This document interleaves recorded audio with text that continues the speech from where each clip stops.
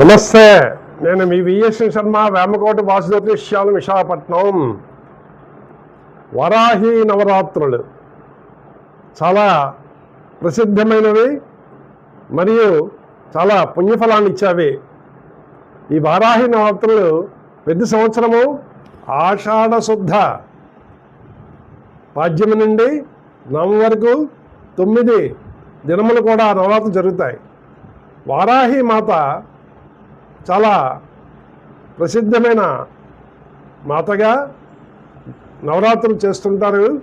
వీటిని గుప్త నవరాత్రులు అంటారు. ఎందుకంటే ఇది గుప్తంగా చేసుకోవాల్సినవి. మనం ఎలాగైతే గణపతి నవరాత్రులు, శరణ నవరాత్రులు, దేవీ నవరాత్రులు చేస్తాం మంటపాలు వేసి, అలా చేయడానికి అవదు. ఓన్లీ ఉపాసనాపరులు, సాధకులు మాత్రమే అమ్మవారిని అర్చించి గుప్తంగా చేస్తారు. ముఖ్యంగా రాత్రి వేళల్లో ఈ అమ్మవారి ఉపాసన చెప్పబడింది కాబట్టి అక్కడ చేస్తారు పీఠములందు. అయితే అందరూ అర్చించవచ్చా, అందరూ పూజ చేయవచ్చా అని చాలామందికి సందేహం ఉంది.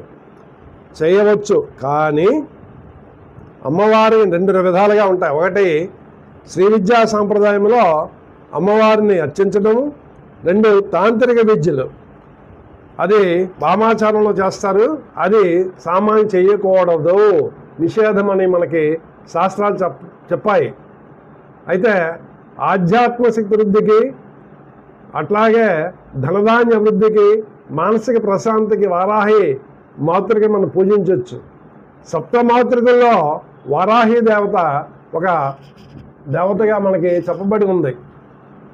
అమ్మవారికి పుష్పాలు, పసుపు పుష్పములు, ఎర్రని పుష్పాలతో పూజ చేస్తూ లలితా సహస్రనామంతో పూజ చేయాలి. అట్లాగే వారాహి కవచం చదువుకోవచ్చు, అలాగే వారాహి అష్టోత్తరంతో పూజ చేయవచ్చు. అంతవరకే. బీజాక్ష సంపుటీకరణ మంత్రాలు మాత్రము గురోపదేశము పొందినవారు మాత్రమే, గురువు నుంచి ఉపదేశం పొందినవారు మాత్రమే ఆ బీజాక్ష సంపుటీకరణతో అమ్మవారిని పూజించాలి. లేకపోతే చాలా ప్రమాదము. ఊరకనే మనం టీవీలోని అది పుస్తకాల్లో చూసి ఆ మంత్రాన్ని చదవడం వల్ల మంచి కంటే చెడు ఎక్కువ జరుగుతుంది. కాబట్టి దయచేసి అలాంటి జోలికి పోవద్దు. అట్లాగే అమ్మవారిని పూజిస్తే ఏమిటి వస్తుందండి అంటే, ముఖ్యంగా అమ్మవారిని పూజిస్తే ధైర్యము, శక్తి, శత్రు విజయము ఇవన్నీ వస్తాయట. వారాహి నవరాత్రుల గురించి పూర్తి వీడియో లింక్ కింద ఉంది. వాటిని ఓపెన్ చేసి